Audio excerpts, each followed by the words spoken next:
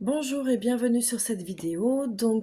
Voici la partie 6 où nous allons donc parler de l'oracle de Béline encore et où je vais vous donner l'interprétation des cartes de la planète Mars que voici. Donc la planète Mars, un peu lourde, elle représente un petit peu tout ce qui est la combativité. Voilà, parce que Mars, c'est la planète de la guerre. Donc là, avec ces cartes-là, on est souvent dans des cartes de vigilance, des cartes de conflit, de risque. Donc il faut faire attention avec ces cartes-là. Donc on va commencer avec la carte de la méchanceté. Voilà, j'arrive pas à vous les montrer à chaque fois. Bon, si vous avez le Béline, vous la voyez très bien. Il y a marqué méchanceté, d'accord? Donc on voit qu'il y a un poignard et une torche qui donne de la lumière. Voilà. Ça, ce sont les instruments du cambrioleur, hein, vous voyez, celui qui sort la torche la nuit pour surveiller s'il y a quelqu'un dans la maison avec le couteau derrière.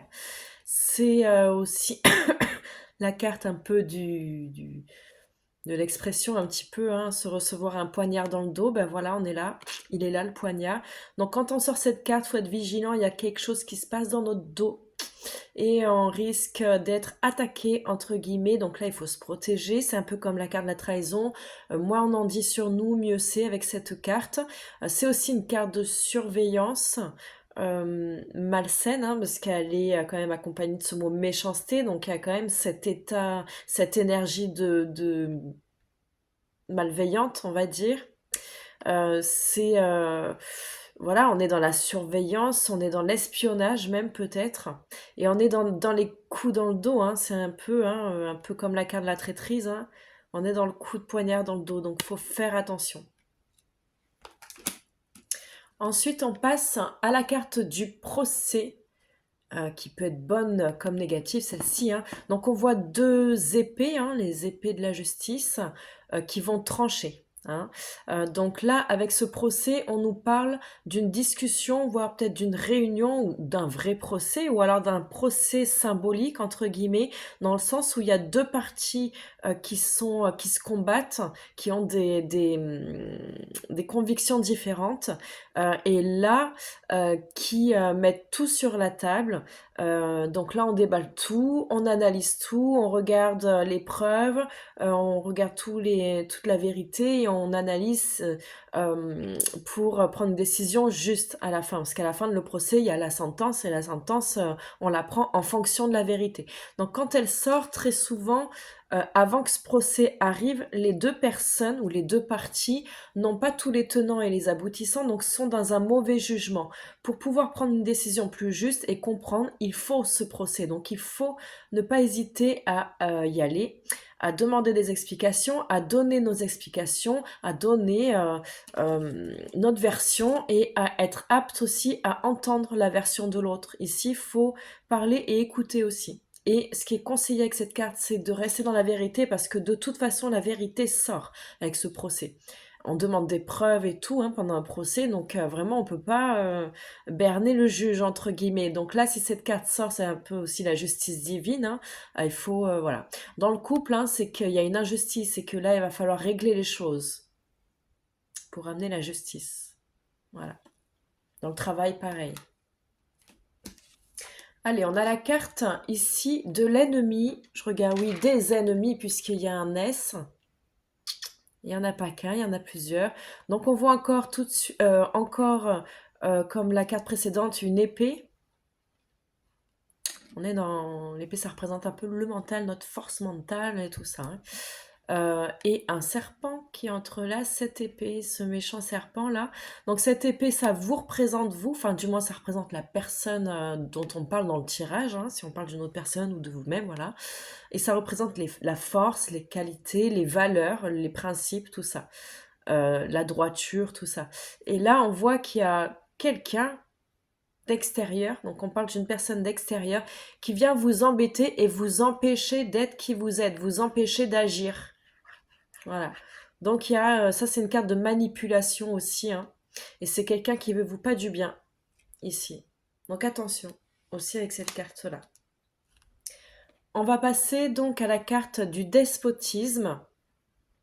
Donc on voit bien cet homme qui est enchaîné par les poignets à une chaîne, hein.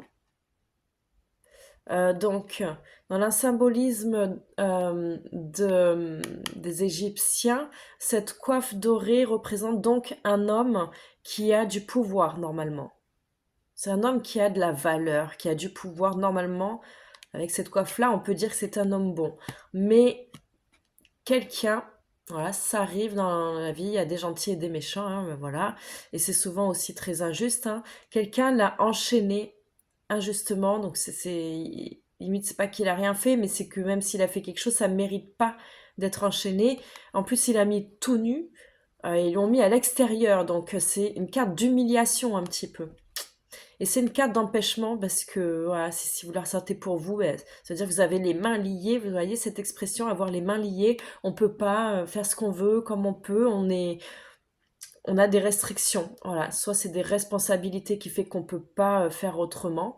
Donc dans le couple par exemple, si ça avance pas, c'est parce qu'il y a des empêchements. On, on doit d'abord régler et se détacher d'une situation avant d'enclencher quelque chose. En tout cas, cette carte demande à être libérée. Le plus souvent, cette chaîne est une illusion. Donc, à méditer. Donc, on continue avec la carte du pourparler.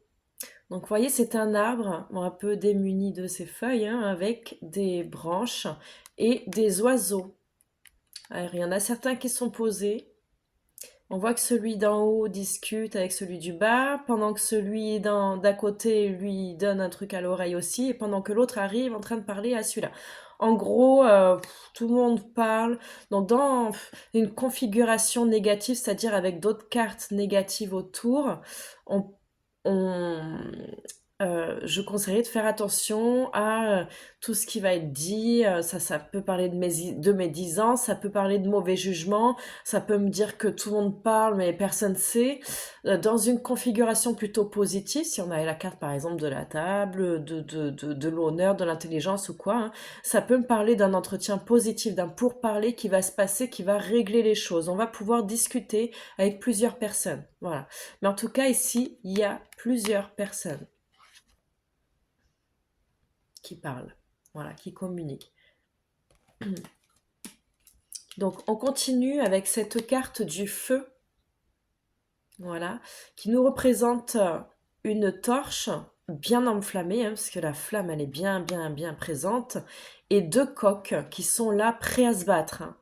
On voit qu'ils sont bien tendus, ils sont en position pour se rentrer dedans.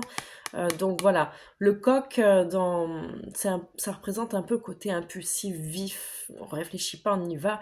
Là, on voit le combat de coq. Vous connaissez cette expression, hein, le combat de coq. Voilà, c'est des coqs qui se battent et qui savent même pas pourquoi ils se battent. Il y a la flamme qui attise le combat, donc ils se battent, mais au final, personne s'écoute. Eux-mêmes ne savent pas, parce que le coq, il est bête, entre guillemets. Voilà. Je dis pas que vous êtes bête, mais c'est que dans une situation, des fois, ben, on fait la tête de mule, ouais, on réfléchit pas, et l'autre aussi ne réfléchit pas, et on crie, on piaille, on se rentre dedans, on n'arrive pas à communiquer, et ça c'est une communication trop forte, donc il faut calmer les esprits, il faut communiquer sans crier, là, essayer de faire passer le message d'une autre façon, parce que on a tous des émotions à faire passer, on a tous le droit de ressentir des choses, on n'est pas bien, on est bien, on aime ça, on n'aime pas ça, on a le droit, ou des situations ou quoi, ou des personnes, et on est tous différents, et il faut le communiquer à l'autre au lieu de faire des reproches, ouais, tu m'as fait ci, tu m'as fait ça, au lieu de lui dire plus doucement, tu sais, moi j'aime pas trop ça, donc nanani, je préfère ça. Voilà, en gros, vous m'avez compris, mais la communication, voilà, il y a la forme du message et il y a le fond aussi, hein. Donc là, le fond du message est bon et juste parce qu'on a tous le droit, je vous ai dit, d'émettre des émotions, donc c'est les vôtres. Par contre, la forme n'est pas bonne ici, donc il faut calmer les esprits. C'est une carte de conflit, là. Voire de bagarre, violence, hein, ça peut aller, hein. Si on a des cartes fortes autour, beaucoup de cartes de Mars par exemple, là on peut aller dans la violence, on peut être dans les choses, dans l'extrême un peu. Donc on termine cette série avec la carte de l'accident, voyez? Donc c'est une tour qui est complètement brisée, et qui continue de se briser. Au-dessus, on voit bien, un nuage bien noir, hein, donc il fait pas très beau là, il fait vraiment très très moche. Et il y a la foudre qui tombe. La foudre, elle détruit donc cette tour, mais également l'arbre à côté, donc elle est puissante cette foudre. On peut rien faire. Là, on a beau même avoir une structure solide, on peut rien faire, je suis désolée. Avec l'accident, ça peut parler d'un accident, donc avoir les cartes qu'il y a autour, ou d'un risque d'accident. Et ça me parle surtout d'un événement imprévu, hein, comme un accident, on ne le prévoit pas, hein, sinon si on prévoyait des accidents, on n'en ferait pas. Donc là, ça me parle complètement d'un truc vraiment qu'on ne prévoit pas. Pouf, ça nous tombe dessus. La foudre, on peut me parler ici de rupture, de tout ce qui se brise, d'accord? Si ça concerne le logement, ça peut me parler, attention, hein, d'un problème avec les murs ou l'électricité ou le feu, attention. Bon, il y a les cartes du feu, mais bon, ici, hein, on voit l'électricité, hein.